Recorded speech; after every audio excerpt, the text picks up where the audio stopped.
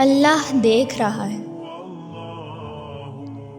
ایک دفعہ کا ذکر ہے کہ ایک گاؤں میں ایک شخص رہتا تھا۔ اس کا نام عبد الرحمن تھا۔ اس کے 3 بیٹے تھے۔ تینوں اپنے والد سے بہت محبت کرتے تھے۔ عبد الرحمن بھی اپنے بیٹوں سے بہت محبت کرتا تھا۔ ایک مرتبہ عبد الرحمن نے اپنے تینوں بیٹوں کو بلایا اور ان کو ایک ایک سیب دیا اور کہا، اس سیب کو ایسی جگہ جا کر کھاؤ جہاں تمہیں کوئی نہ دیکھ رہا ہو۔ جو ایسا کرنے میں کامیاب ہو گیا میں اسے انعام دوں گا۔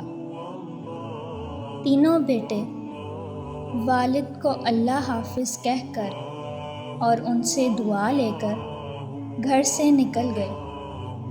دوسرے دن عبد الرحمن نے پھر تینوں بیٹوں کو بلایا اور باری باری سب سے پوچھا۔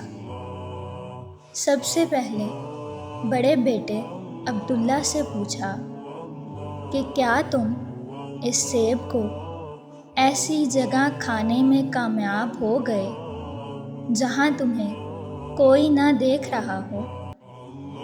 عبداللہ نے جواب دیا، الحمدللہ ابا جان، میں نے وہ سیب ایک درخت کے پیچھے جا کر کھایا، وہاں مجھے کوئی نہیں دیکھ رہا تھا۔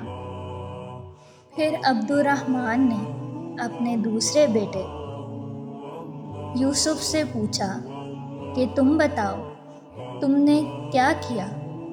یوسف نے کہا، ابا جان، میں نے وہ سیب کمرے میں بند ہو کر اندھیرا کر کے کھایا ہے اور مجھے یقین ہے کہ وہاں مجھے کسی نے نہیں دیکھا۔ اب عبد الرحمن نے تیسرے بیٹے سے پوچھا، سلیم، تم نے کیا کیا؟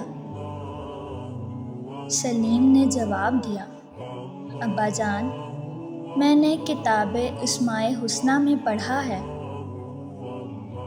اللہ کا ایک نام ہے البصیر، ہر ایک کو ہر حال میں دیکھنے والا۔ میں نے تو بہت سوچا اور تلاش کیا لیکن مجھے کوئی ایسی جگہ نہ ملی جہاں میرا اللہ مجھے نہ دیکھ رہا ہو۔ اللہ تو ہر جگہ دیکھتے ہیں، اس لیے میں یہ سیب نہ کھا سکا۔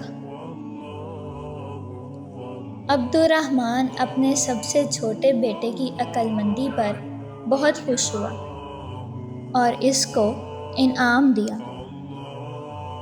پھر عبد الرحمن نے اپنے بیٹوں سے کہا، میرے پیارے بیٹوں، بے شک اللہ ہم سب کو ہر وقت ہر جگہ دیکھتے ہیں، ہماری باتوں کو سنتے ہیں اور جو خیالات ہمارے دل میں آتے ہیں ان کو بھی جانتے ہیں۔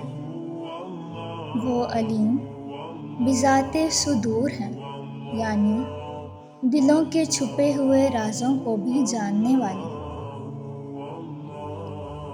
اللہ کی نافرمانی سے ہر وقت بچو اور اللہ کے سارے احکامات پر عمل کرو جس پر اللہ تم سے راضی ہو جائے اور تمہیں دنیا میں راحت اور سکون عطا فرمائے اور مرنے کے بعد ہمیشہ ہمیشہ کے لیے جنت میں داخل فرمائے، جہاں انسان جو چاہے گا وہ ہو جائے گا۔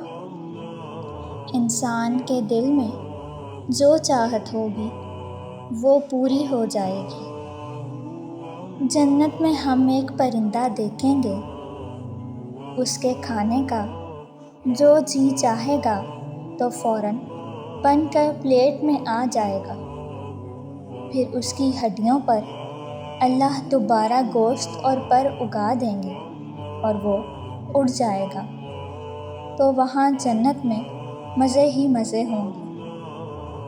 سبحان اللہ۔ دوستوں، امید کرتی ہوں کہ آپ کو میری آج کی ویڈیو بہت اچھی لگی ہوگی۔ میری دعا ہے کہ اللہ تعالیٰ ہم تمام مسلمانوں کو دنیا اور آخرت دونوں کی بھلائیاں عطا فرمائے، آمین یا رب العالمین۔